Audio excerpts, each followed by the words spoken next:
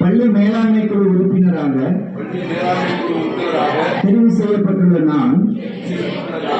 பள்ளியின் சட்ட திட்டங்களுக்கு கட்டுப்பட்டு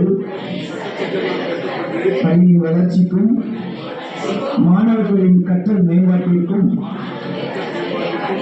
உறுதுணையாக இருப்பேன் என்றும் அரசின் அனைத்து நலத்திட்டங்களும் மாணவர்களுக்கு சென்றடைவதையும் பள்ளியின் வளர்ச்சிக்கு சமூகம் மற்றும் பிற துறைகளின் பங்களிப்பையும் உறுதி செய்வேன் என்றும் எனது பள்ளி மாணவர்களுக்கு தரமான சமமான கல்வியை உறுதிப்படுத்துவேன் என்றும் கல்வி கற்க